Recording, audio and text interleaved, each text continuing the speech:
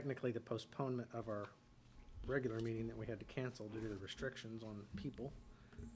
And we'll start our meeting with a roll call, please. Commissioner Patton. Here. Commissioner Barwick. Here. Commissioner Webb. Here. Commissioner Stecklin. Here. Mayor Absher. Here. If you'd all join me in the Pledge of Allegiance.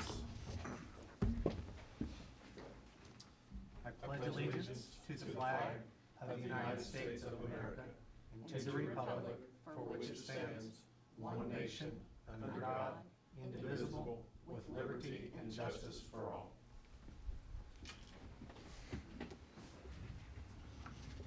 Okay, this will be our public comments section, and due to the restrictions on the number of people that we could have at the meeting, for those of you that are viewing this not live on the video, we have a dial-in number that we have published, and we have a couple of people on the phone, so we will ask, I guess, Cody to intervene and see if they have any questions that they'd like to address the council with. Holly, do you have anything for the public comment section? No, I do not. Thank you. Okay, is there anyone else that has any public comments that is on the dial-in number?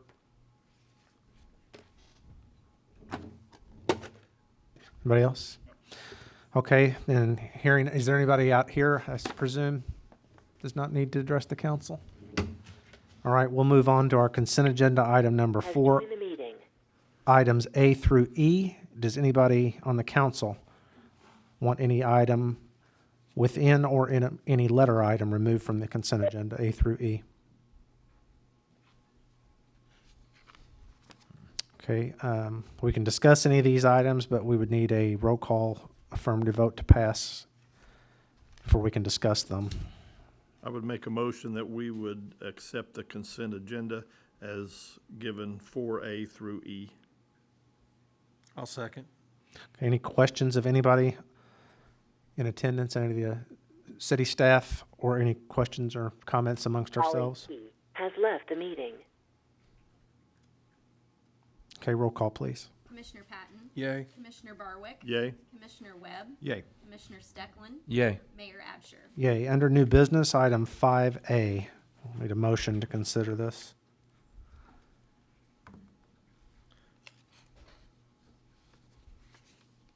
I would make, you want the motion? or- Please. Okay. I would make the motion that we would approve the recommendation of the Merit Board and the Police Chief to hire Dustin Lawrence and Clay Brinkley to the position of patrolman at $24.98 per hour plus benefits. And also Dustin Lawrence to start April 6th, 2020, and Clay Brinkley would start on April 7th, Holly Key 2020. has joined the meeting. I second that motion. Any questions of the chief on these two hires? Roll call, please. Commissioner Patton. Yay. Commissioner Barwick. Yay? Commissioner Webb. Yay. Commissioner Stecklin. Yay. Mayor Absher. Yay. Item 5B is associated to that motion, but we'll need patrol vehicles for them and equipment. I would request that we would approve ordinance number 3606 and the purchase of 2 new patrol vehicles and equipment not to exceed $70,000, financed through First Southern Bank at 2.9% for 3 years. I second that motion. Any questions on this? I would ask, so these two positions and the vehicles are for openings that we have, they're not additional, right? So, correct. Yeah. Or vacancies, I guess would be a better term. Okay, any other questions? Roll call, please. Commissioner Patton. Yay. Commissioner Barwick. Yay? Commissioner Webb. Yay. Commissioner Stecklin. Yay. Audio Mayor has Absher. shut off. Yay. She texted me, the person that was on there, and says the audio is shut off from the WebEx meeting. Yes, sir, we got a technical issue. Is it on now? Yes. Okay. All right, item number 6, we have items A, B, and C. Item A, we talked about this really quite early in our term, this council being seated, as to hire a grant writer. I communicated this to you all individually, but I had a difficult time hiring the right finding the right person with that skill set, and I'm so glad that I did have a hard time because I'm very confident in this person that I'm recommending that we hire for this, but the job description goes quite a bit beyond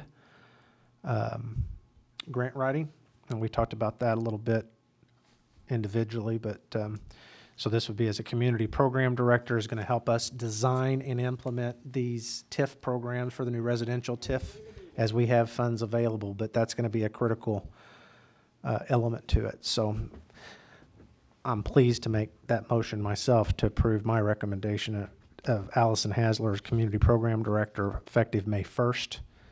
Her salary would be $50,000 and up to $20,000 worth of potential bonuses depending on $1 million or more worth of grant dollars in a year.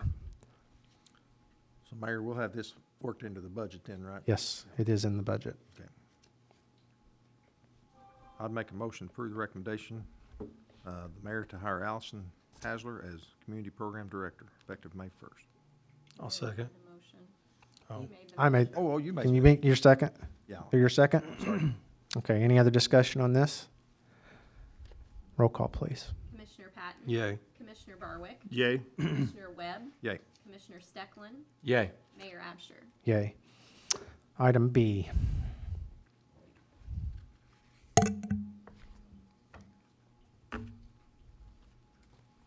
Just because we're 6 feet apart doesn't mean you guys have to stumble.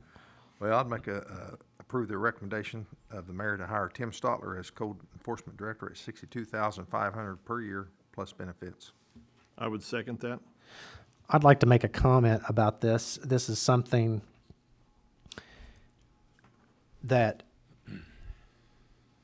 this hire took an incredible amount of thought, and we advertised for it, and we had some excellent candidates.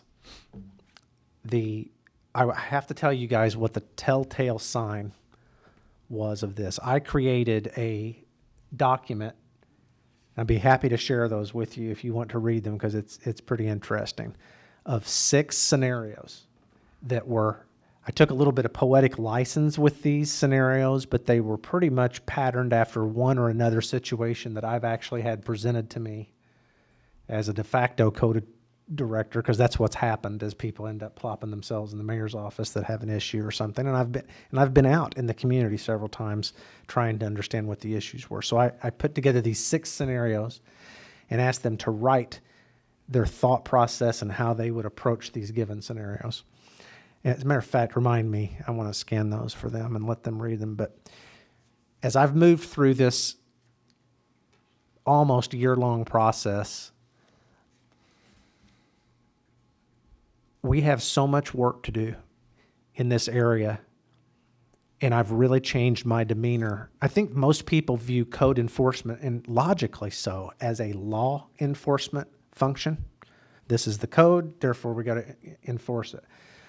Many, many times, I'd say the majority of the times where people have an issue, whether it's trash or refuse in their yard, or maybe it's a home improvement thing that needs to be done to be acceptable to our code. It's not that people don't want to do those things or they want to have that situation. It's that they've got something else going on in their lives that's preventing that, or something that's catastrophic. And so there's an element of this. This is not so simple as putting a notice on the door or staking something in the yard. And so I quickly came to grips with really what skill set I think that it needed. And of course, knowledge of the codes and taking those tests and attending those classes, they're all important, and I don't mean to diminish that. But having a checklist of certifications doesn't ensure that we've got the personality traits with somebody that can serve the community the best way. So my focus shifted from qualifications on paper to demeanor in person, if that makes sense. And so even after we advertised, and we got applications from all over the United States, and they were very well qualified, many of them, astoundingly so.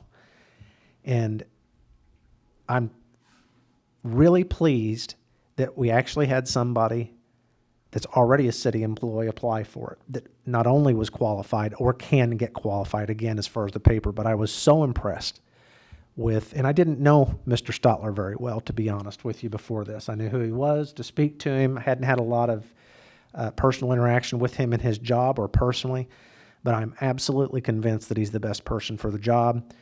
And he absolutely, of course, has a long history of serving this community and heart for it. And I am thrilled that he wants to do this job. So anyway, I just wanted to tell you a little bit of how that progression had come back. I'm sure if I was on the other side of this still, like I was a year ago, and saw that they'd hired somebody that, had already worked for the city, my presumption would have been that was a slam dunk. Somebody had already planned that, and that was just a inside thing. Nothing could be further from the truth.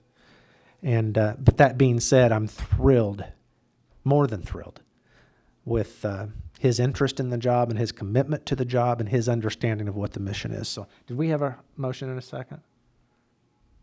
Okay, could we have a motion on this item, so we can discuss it anymore? Oh, yes, we did. We did have. I'm sorry. Yes. Okay. You and Jim. Okay, so I just had to say my piece with that. That was a hard process to go through to end up with somebody that's just already this close to it, but I'm thrilled with it. So anybody have any questions about that process or what that entailed, or questions about him? Or Mayor, I know you and I have had many conversations about this very thing, and I'm like you, am thrilled to get Tim as our new code enforcement director. The only question I had, is there a specific stop date for Tim as a fireman and begin date for the code enforcement? That's a great question. So I need to visit with him on that, since all this has sort of got off the rails here the last couple of weeks. But I think what he told me is from the moment he was hired, it would take him at least 2 weeks to exit out of that fire service and to get his stuff turned into the pension board and all that. Okay. He was flexible. I guess that brings up another question. These funds are included in the budget for next year. I don't think it's a material amount on this budget that if we could get him a couple of weeks early. Yeah. But technically we don't have we will of course approve an amended budget by the end of this year, but it's not going to make a material difference if he wants to start a week or two into this year. And I would prefer to get him started, but some of that has to do with his flexibility too. But I guess, what do you guys think about that? Do you have a problem with him? If he can start, let's just say April 15th, for example, and I don't know that he can at this point, but do you have an issue with that? So we're basically talking from whenever he can start, and let's assume first or middle part of April. I think the latest would be May 1st. That'd be the latest. Basically 30 Or days. sooner. Or a month. Yeah. Because our fiscal year end is, You have 2 weeks of one paycheck of his would Yeah. be in this fiscal year, yeah, basically. I think we could do that. Anybody have an issue with that? No. Okay. Should we amend that motion to say that way, or is everybody okay with that discussion and it being part of that motion? Did I make the motion?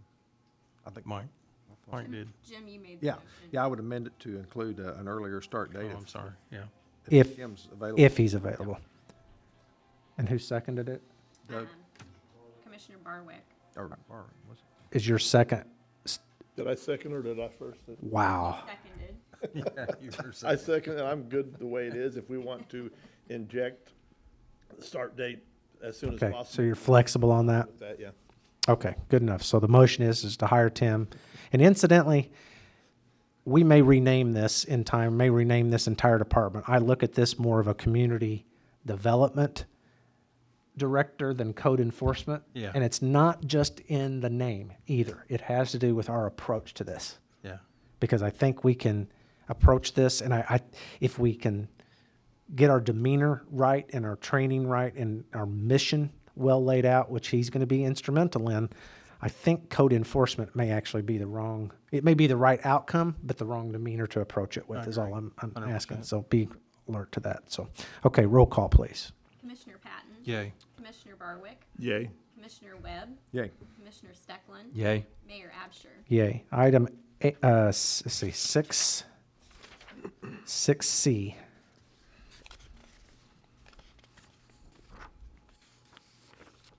In going through that, Mayor, I really didn't see, with the information that was provided, how does the consultant get paid?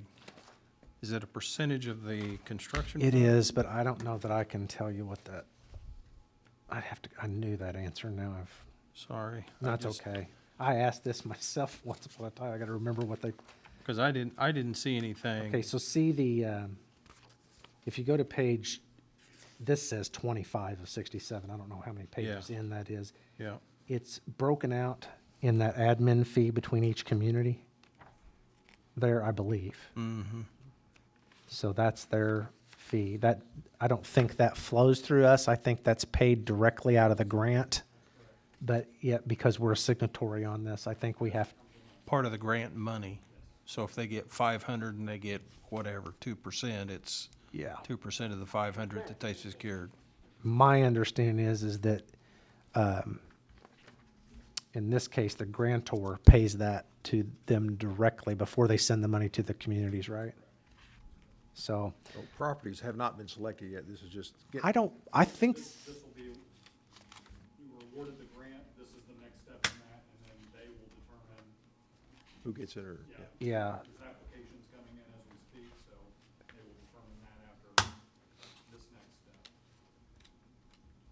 and we think there'll be, how many homes ultimately out of that? Was it 20, 15, 20? Okay.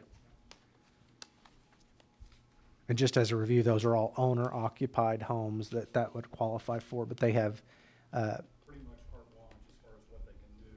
health, safety. Yeah, it could be HVAC related, it could be exterior improvements. Right. But income levels and all that, that's all factored in by the point system is how those are gonna be approved. You're figuring a percentage, aren't you? I am. I don't think it's negotiable by us, unfortunately, but And it doesn't look like it works out consistently.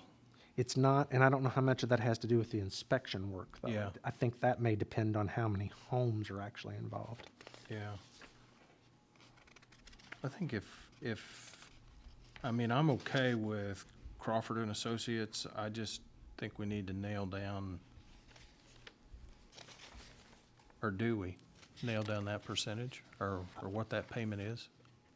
I don't know that we can Does it really negotiate matter? it. Yeah, I think that's within the grant, they allow for a certain percentage of administrative costs, and that's not negotiable by us, that's within the grant itself. So we ask for these RFPs?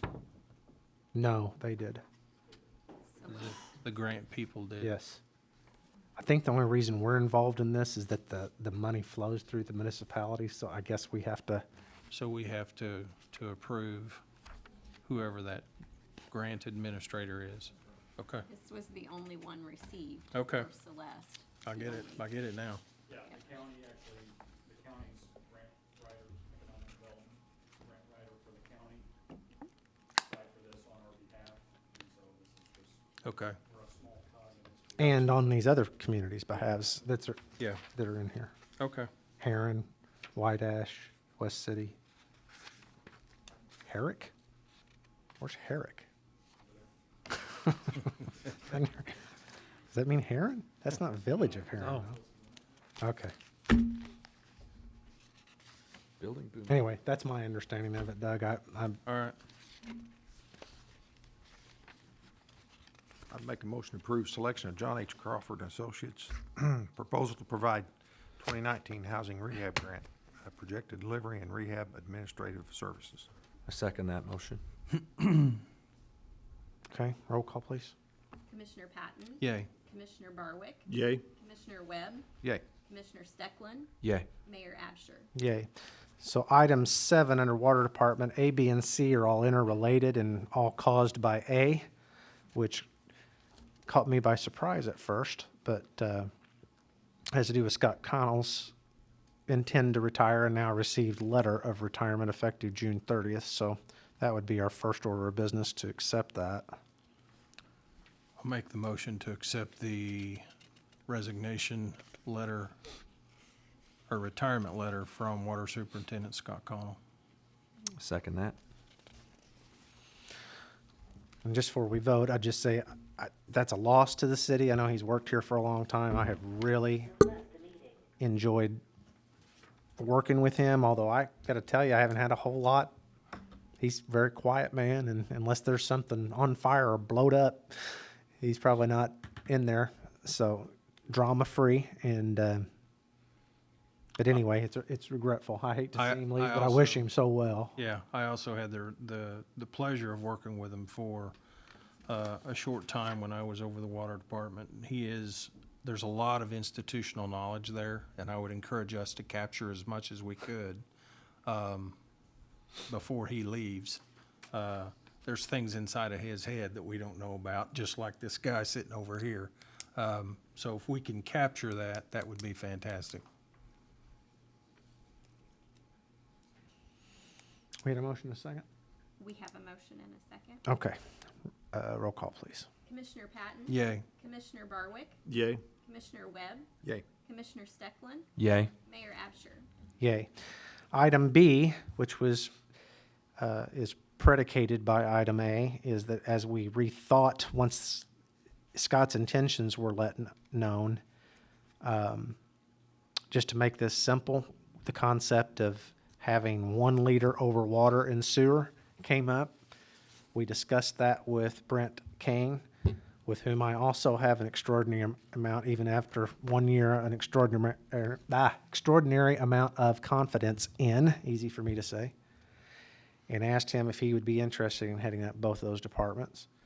And I think that took him off guard at first, but in short order, he came up with a executive summary and a plan on how that would actually be executed, and stunned me with its thoughtfulness, and said, yes, I'd be interested. And so that's what I'm recommending that we do, and create basically public works superintendent, which may be a little bit too big of a title. Normally that includes street department in some cities. That's not what we're doing, but for lack of a better term, and having to put water and sewer, that's what we came up with. So this will result not only in some efficiencies for us, and from the planning standpoint, my impression is, as far as just the overall view of infrastructure and what's needed, some of that thought process is very similar from one department to the other, and we have a lot of confidence in Brent to be able to do that part of it, although he'll be the first to tell you he has a lot to learn about the water side of the business. But that's what this is, and so it would be my motion to approve the creation of a public works superintendent and promote Brent Kane to that position effective July 1st. I would second that. Now's your chance to back out. I'm ready. Okay. Any other discussion? Roll call, please. Commissioner Patton? Yay. Commissioner Barwick? Yay. Commissioner Webb? Yay. Commissioner Stecklin? Yay. Mayor Absher? Yay. Now, predicate to A and then to B is item C, which has to do with, normally, there's a pecking order, so to speak, historically in the water department. And Cliff Hogue, Jr. is also talk about somebody's got a lot of knowledge. And we certainly didn't want him to feel slighted in any way. And also understanding that we still need somebody to be in charge of the field work in the water department. So the recommendation is, he is our lead man right now, and my recommendation is to approve the creation of a water field supervisor position and promote Cliff Hogue Jr. to that position effective July 1st, concurrent with Brent's promotion. Second that too. Any discussion on this? Roll call, please. Commissioner Patton? Yay. Commissioner Barwick? Yay. Commissioner Webb? Yay. Commissioner Stecklin? Yay. Mayor Absher? Yay. Item 7D.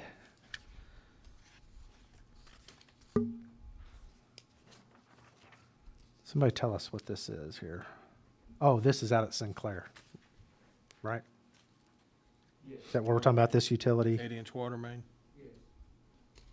I guess that'll be a directional bore, I assume. What you've got is an existing 8-inch PVC water main on the north side of Route 13. As the developer is developing Sinclair Drive, he has a contract to get a road put from 13 down to Joe Cannon Way.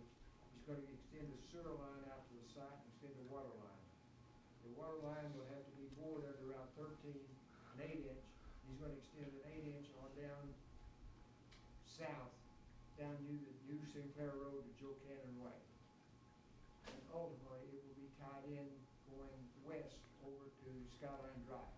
Phase one will take it down and put fire hydrants at the end down at Sinclair Drive. And the purpose of the resolution is to get permission from IDOT to make that 8-inch bore under Route 13.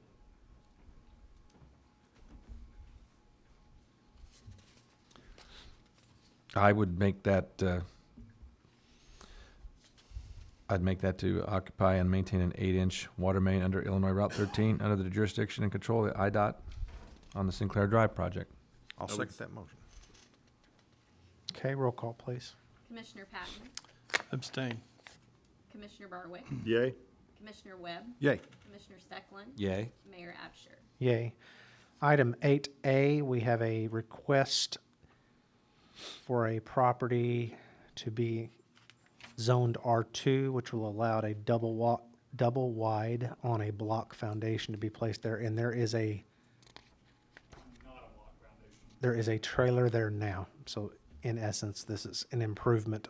There's actually two. There's one on the south side of Jefferson Street, and it's a single wide with a roof built over it with a carport.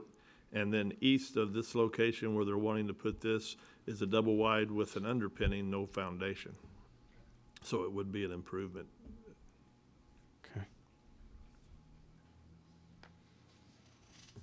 Somebody want to make that motion? I'll, go ahead. I would make the motion to approve a double wide on a block foundation to be placed in an R2 General Family Residential Zone at 704 East Jefferson Street. PIN number 07-18-380-004. Second that motion. Okay. Roll call, please. Commissioner Patton, Yay. Commissioner Barwick, Yay? Commissioner Webb, Yay. Commissioner Stecklin, Yay. Mayor Absher. Yay. Item 9A is I'll just let Cody, since I assume you're going up there to talk about these, so I'll Yeah. let you do it then. So this first one's a inducement resolution on a parcel of land that is not currently within the North Commercial TIF. We are working on preparing an amendment to the North Commercial TIF, which is the TIF that surrounds and includes the mall property.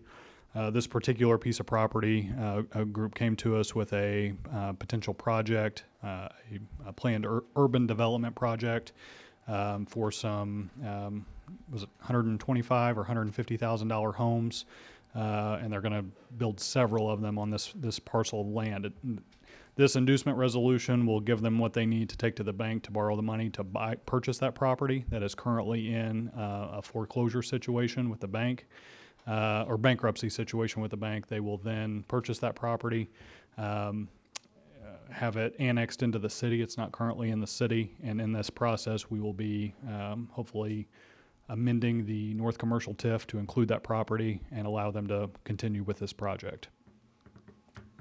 Will we bring that, when they petition to annex, we will zone that at that time, right? Correct. As a Yep. PUD? Yeah, correct. Okay. So these are going to be rental type units or just? No. No, Houses? they will be, Okay. yeah, single-family homes. Like subdivisions. Yeah, but a more dense, Yeah. like Yeah. a retirement-like Right. scenario. Would you It- call them It's planned unit development? Yeah. urban development, yeah, planned urban They call development. 'em, yeah. It's a parcel of land on the west side of Skyline Drive, just south of, there's a concrete plant on that road. It hugs the Railroad there. railroad tracks there on the west side of that property. It's that piece of property. Ison's on the other side Yeah, of that, Ison's on across the west railroad side. tracks. You on the west or east, Cody? West, West side of Yep. Skyline? yep.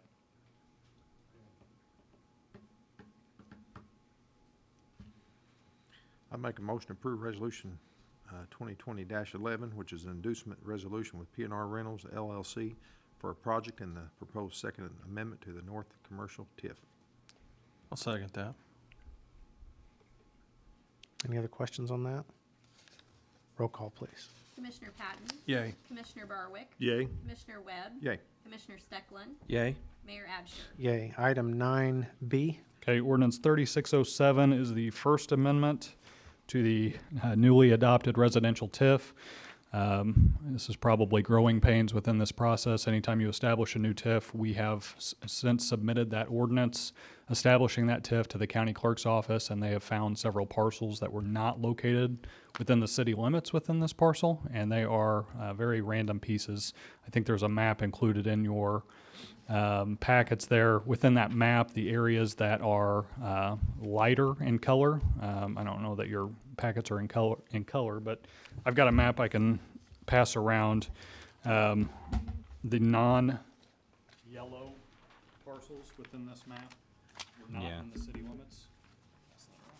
So on this one, the white ones, right? Yeah, the white ones on the maps that you have in your packet. So this ordinance just amends the TIF to exclude those parcels. Since they're not in the city limits, they cannot be included within the TIF district.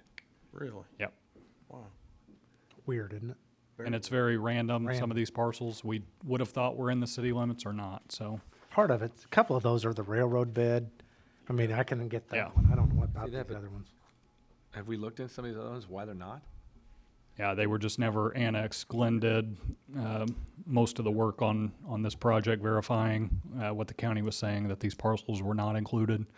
Have we approached the owners of these about it or not? What's that? Said have we Yeah, approached? They're surrounded. The city council, by the stroke of a pen, can say, you're annexed in. Oh, sure. But unfortunately, they could not be included in the TIF without Yeah. another amendment at that point, since the TIF's already been adopted. Gotcha. Now, it's kind of crucial for, I look at the one over on the frontage road, going to Twin County Services and go east, that piece there on Adams Drive, that needs to be brought into the city. Some of those others are floodplains, low railroad beds.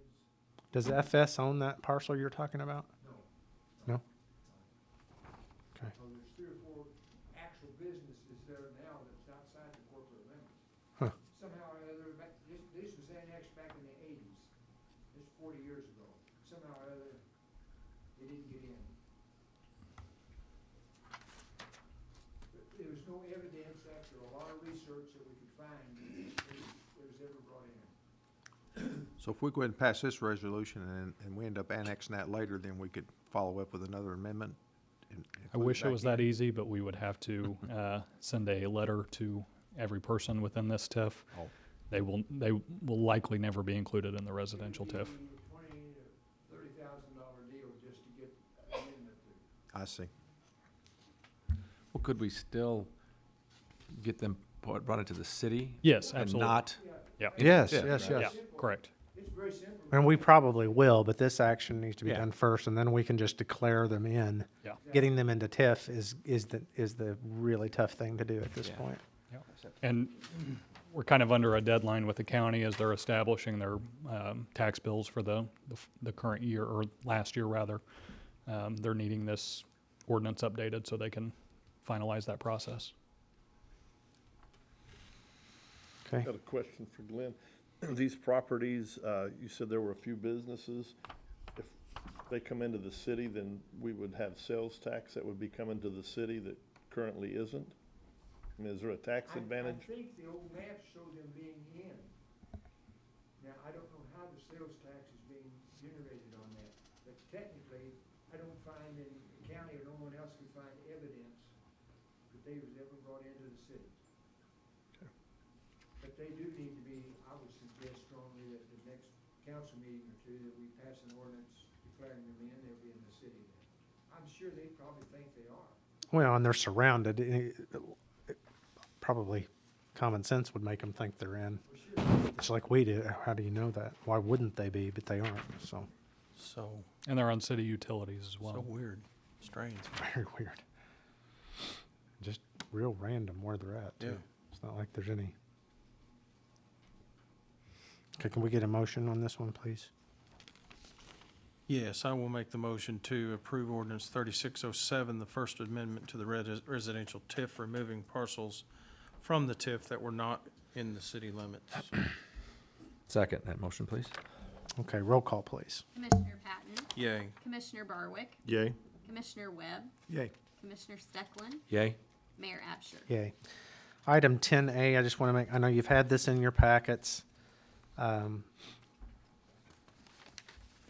This is an update and suggestions by Illinois Municipal League that we update our local state of emergency ordinance.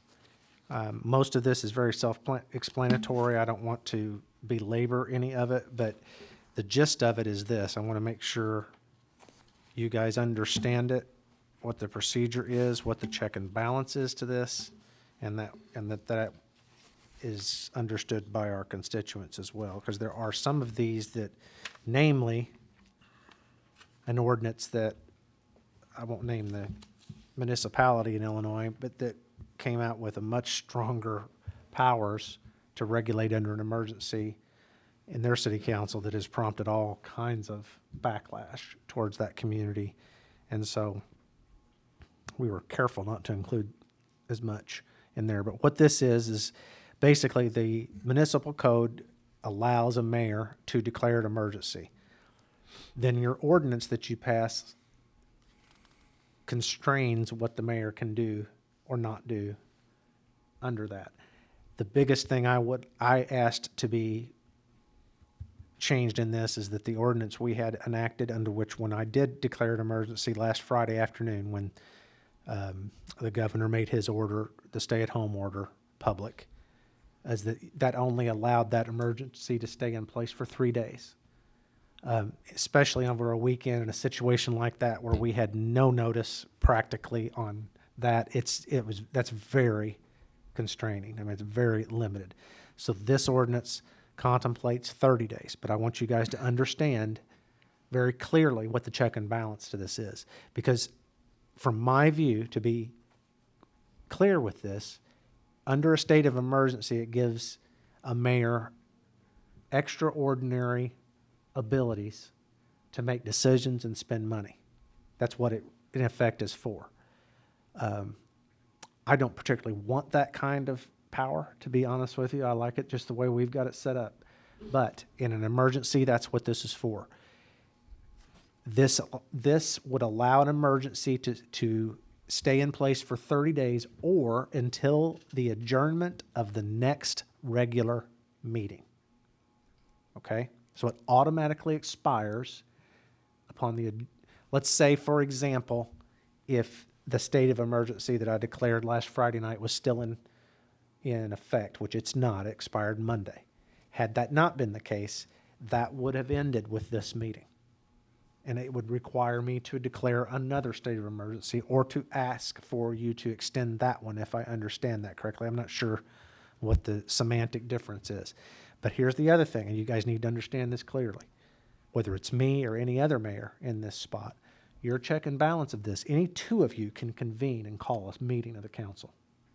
Okay? I can call a meeting anytime, but two of you can call a meeting. So if any mayor is exercising something inappropriately, there's your check and balance. You call a meeting, and you basically cancel it. You can remove those emergency powers with your vote. So that's how you guys would do that, and you need to know how to do that. Because it's... And it's not just at the adjournment of the next regular meeting, it's at the adjournment of any next. I'm sorry, you're right. So this, Special meeting, two of you call a special. yes. At the adjournment of that meeting, that would. You don't even you wouldn't even have to vote it down. You just have to call a meeting, and you can adjourn the meeting, and that ends it. So there needs to be checks and balances in government, and this is what this one is. All that being said, I hope and pray I never have to feel like I need to put something like that into motion again. I'm glad I did Friday night, because we didn't know what we were facing and how the public was going to respond to really, I hope, once in a lifetime type of a thing. But I felt like I needed to be able to deploy lots of resources on short notice if something went badly. And so that's what that was about. I'm glad that's over. I hope I don't have to declare another one. But we need to update this so that it can last longer than 3 days. That's not normal. It's not normal with any of these towns. But that's how you'd end the thing, just so that you know. Just got to call a meeting. One technical change under Article 3, this was originally prepared for Monday night regular council meeting. It said it would have been enacted on March 23rd. That's obviously not the case. So the signed copy of this needs to reflect so Tammy would make that note here on the ordinance that if we pass this, the actual one that I signed, not that date that's in this packet. Does anybody have a question on how you guys have a check and balance on that, and what you need to do to end it? Because it's important.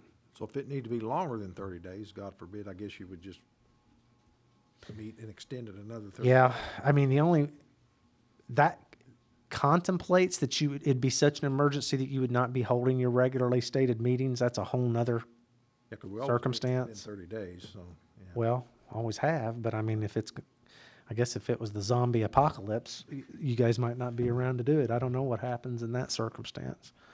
I think when the tornado came through, I think we were in a state of emergency maybe for 4 or 5 days, Huh. something like that. Yeah. I mean, you just had to. Yeah. But I wouldn't think that anything would last longer than 30 anyway. No, I can't either. And honestly, it doesn't need to. Or This- at least nothing in my brain today. I would like to add for the ones that do not have this ordinance that they can read, that this in no way infringes on anyone's Second Amendment rights as other emergency orders that have been. Yes, that was my main problem with what I I saw. just want to make sure that everyone knows that Yeah. that is not involved in this emergency order. Yeah, So our this is- Second Amendment rights are not in jeopardy. There are some things in here that allows me to respond to some situations, but nothing that actually takes away somebody's rights with personal property. And I think that's where some of these others have overreached so broadly. And that just made my stomach turn, to tell you the truth. But that's a good point. Okay, if no other questions, could we have a motion on this, please? You asked me to bring up something. I don't remember what it was. I'll make a motion to approve ordinance 3605, amending and repealing portions of ordinances 3032 and 3132 regarding the city's emergency management procedures. I'll second that motion. Okay, roll call, please. Commissioner Patton? Yay. Commissioner Barwick? Yay? Commissioner Webb? Yay. Commissioner Stecklin? Yay. Mayor Absher? Yay. Okay. I want to talk to you guys, I want to bring up a issue no, let's go ahead and do commissioner reports if you guys have them. I'll do this under miscellaneous. You have one? No, the only thing I would like to thank the public for participating, following the rules. I think from what I've seen, we as a community are doing what we're supposed to be doing. And agree. I would like to thank everyone for doing that. Mr. Barwick? I do have something from the fire department. Firefighter Ben Wilson wrote a grant and applied for it and was awarded. It was from the Illinois Department of Public Health in the amount of $4,691. And it was a grant for the fire department to be able to purchase 6 bulletproof vests fully stocked and 2 trauma bags. And that's at no cost to the city. And he took it upon himself to seek this out, write it, put it together. How much was it? $4,691. Great. I Kudos want to to say good job to Ben Wilson. Commissioner Stecklin. I just wanted to thank the citizens who've taken advantage of the different forms of payment at this time. Reminding everybody that we have 2 drop boxes, one in front of the building and the other's in the back of the building. You can also call in, pay over the phone, online, or through your city app at 24/7. For any new services or any problems, those are by appointment only. With additional questions, just call the office at 993-5610. So thanks for your patience and your understanding during all this. Commissioner Webb. Yeah, I'd just like to add that street department's staying busy with still repairing and building sidewalks, keeping the storm drains and the culverts open as well. So we really appreciate the public's help in keeping those ditches and drains free of debris. So just appreciate everybody's understanding and concern during this time. Okay, I have 2 things I want to bring up under miscellaneous. The first one, as you guys already know, of course, we're in our budget preparation time. some of you have been involved in your specific portions of the budget.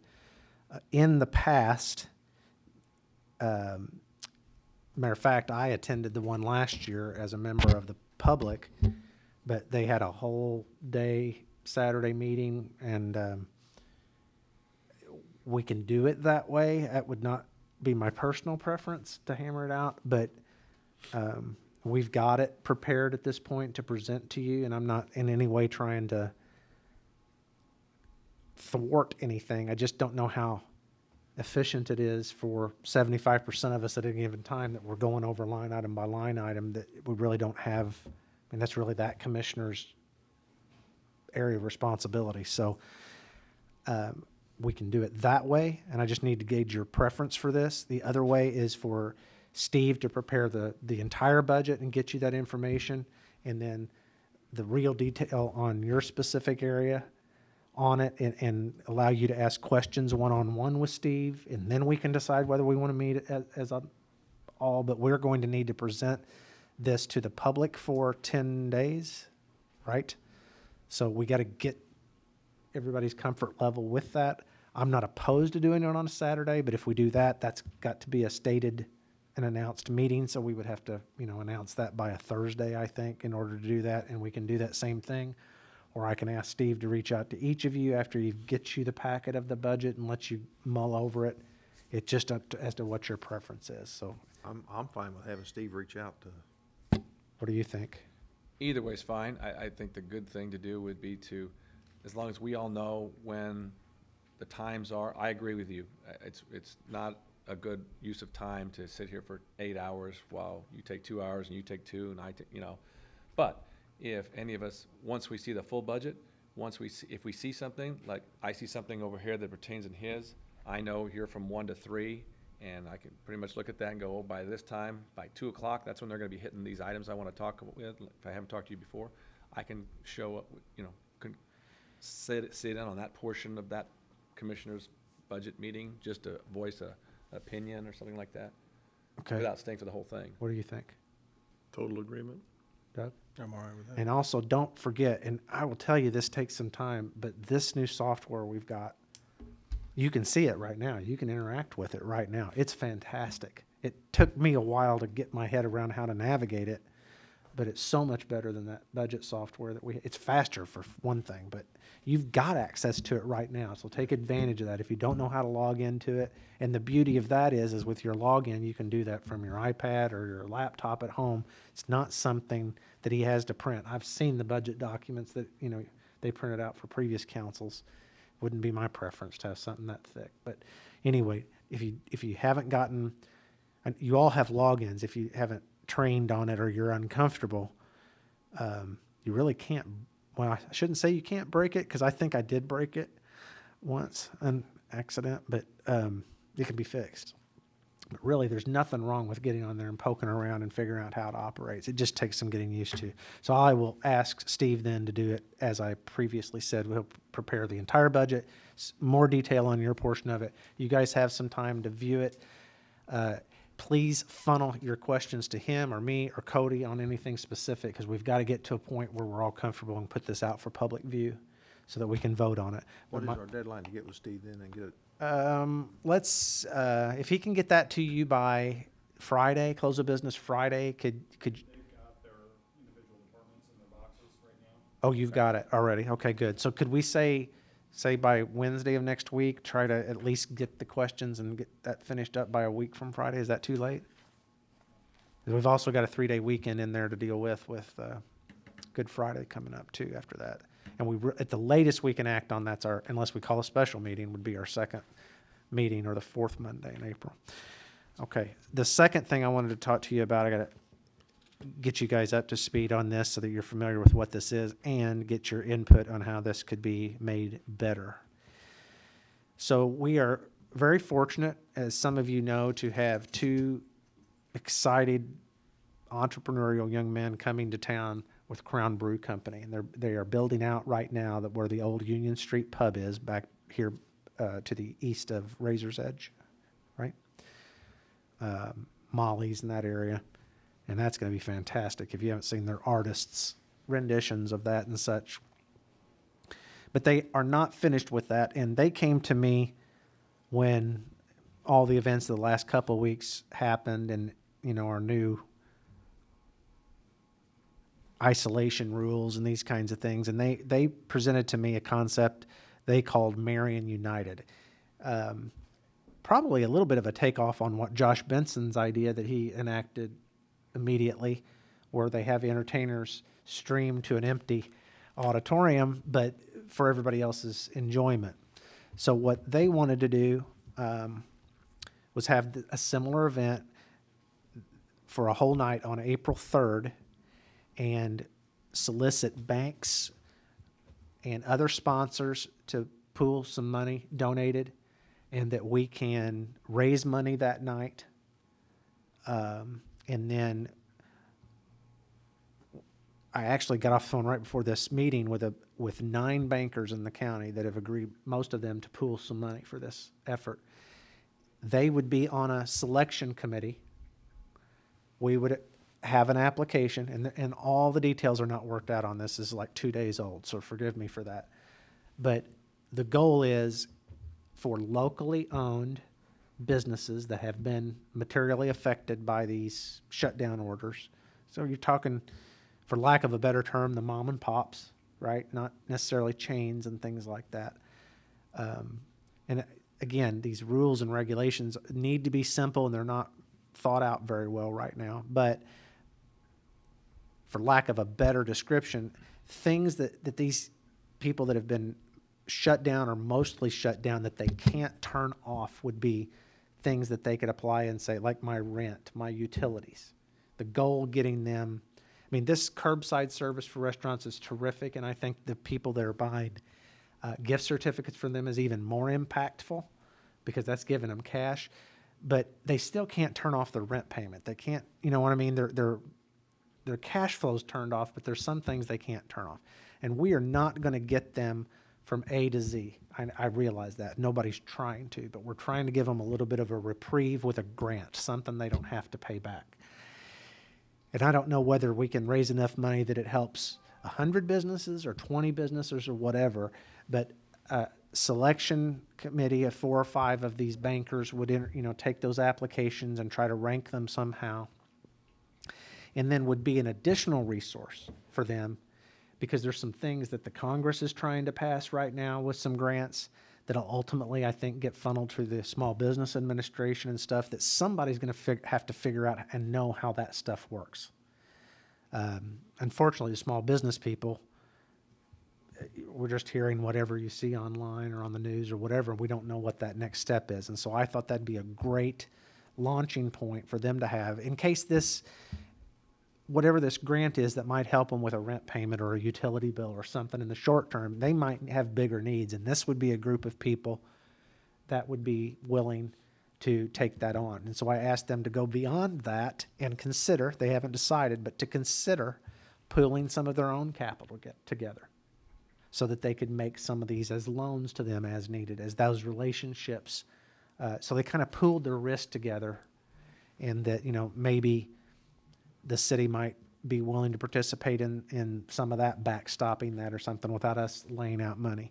But I just wanted to let you know about that. This is a great idea. I'm excited about it. It'll be a good opportunity for us to just showcase some talent for a very good cause. Just in making a handful of phone calls, and I've mentioned it a couple of times in my updates, and right now, as it stands, I believe we've raised about $30,000 for this. So that we're just hopefully getting started. I'm hopeful that we can get towards 100 somewhere eventually. And I realize it's not a fix-all, but it's a start. It's not A to Z, it's A to B. And there's always devil in the details, but this is a great idea. What I wanted to ask you about, and I can't ask you to act on it because it's not on the agenda, we'd have to do that, but I just want to ask you, is there, and let's call a spade a spade. Our budget's likely to be decimated by this too. I mean, they're talking about the retail sales and gross national product going down. That's going to affect us in that same proportion too. That's just the reality of it. And we don't know whether we'll get any help from the feds or not. They talk about it, but who knows? So I realize that this is very uncertain for the city too. I hope the city employees understand that we're in uncharted waters with that ourselves, because our costs are going up to keep services going, and in some cases, like last weekend, more services going, and we'll have ultimately less revenue to show for it eventually. That being said, I would like the council, in good faith, to consider donating some money to this cause to get distributed.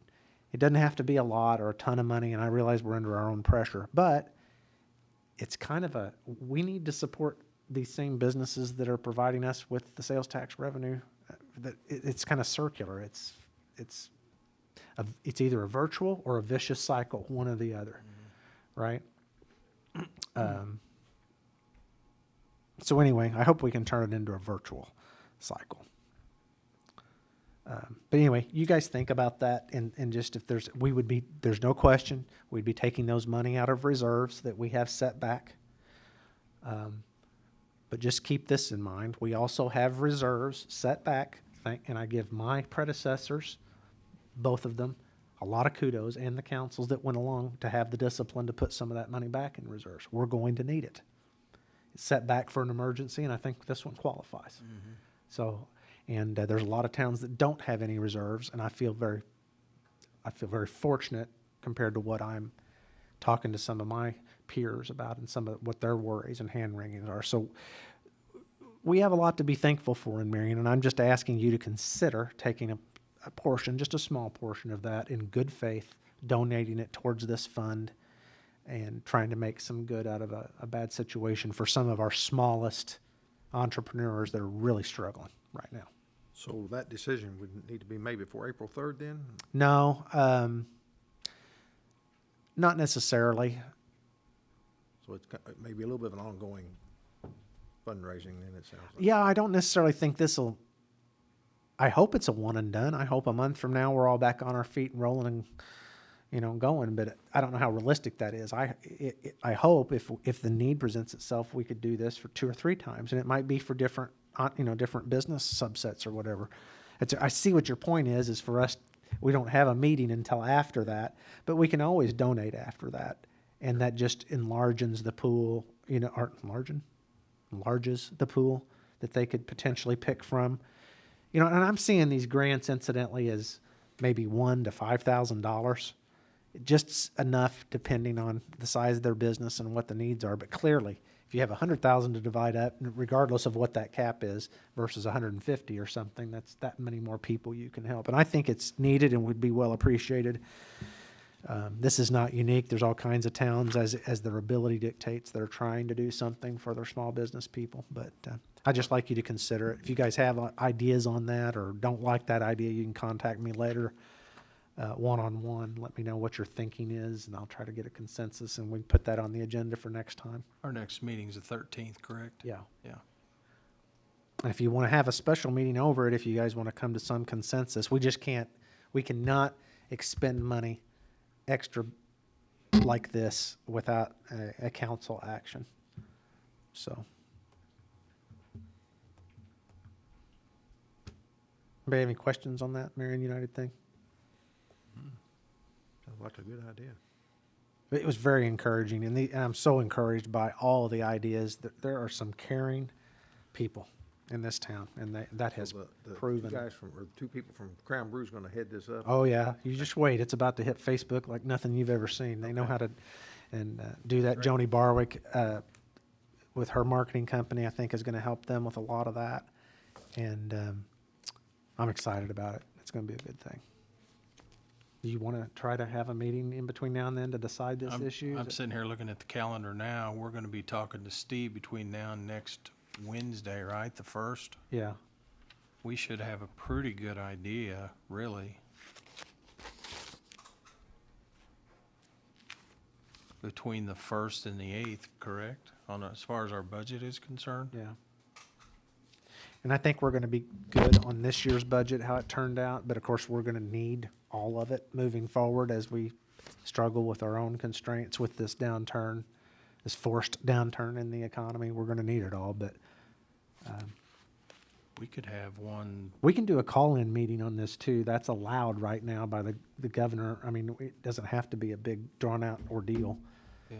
But we can't just say it into existence. We have to approve it as an ordinance to spend out of the reserve funds especially.